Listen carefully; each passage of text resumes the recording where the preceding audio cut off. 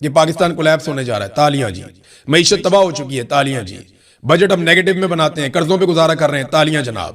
ساری سیاسی جماعتوں کو مل کر بیٹھنا پڑے گا ورنہ مسئلہ حل نہیں ہوگا، 10 سال یہ ملک ایسے ہی رہے گا، تالیاں جناب. یعنی ہر ایسی